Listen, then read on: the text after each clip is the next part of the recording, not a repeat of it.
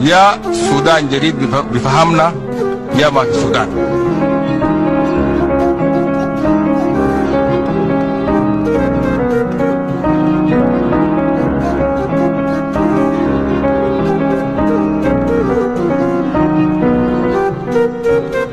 ليس هذا فقط، وإنما كان مكان الاعتصام هو مكان لاستفزاز القوات المسلحة وللقوات النظامية الأخرى كما ظللتم تتابعون. عدد كبير من الحركات المسلحة كانت راياتها ترفرف أمام القيادة العامة، وكانت منصاتها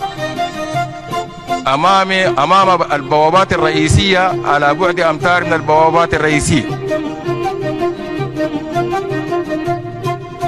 يسيئون للقوات المسلحة ولقياداتها ولكل المؤسسات العسكرية، لدرجة أن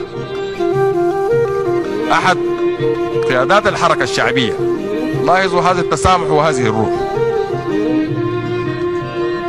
يتحدث بالميكروفون ويقول أن القوات المسلحة الجيش قلنا له أوف قام جاري، لكن بعض ما يعرف هذا التعبير، وبكل أسف هو أجنبي.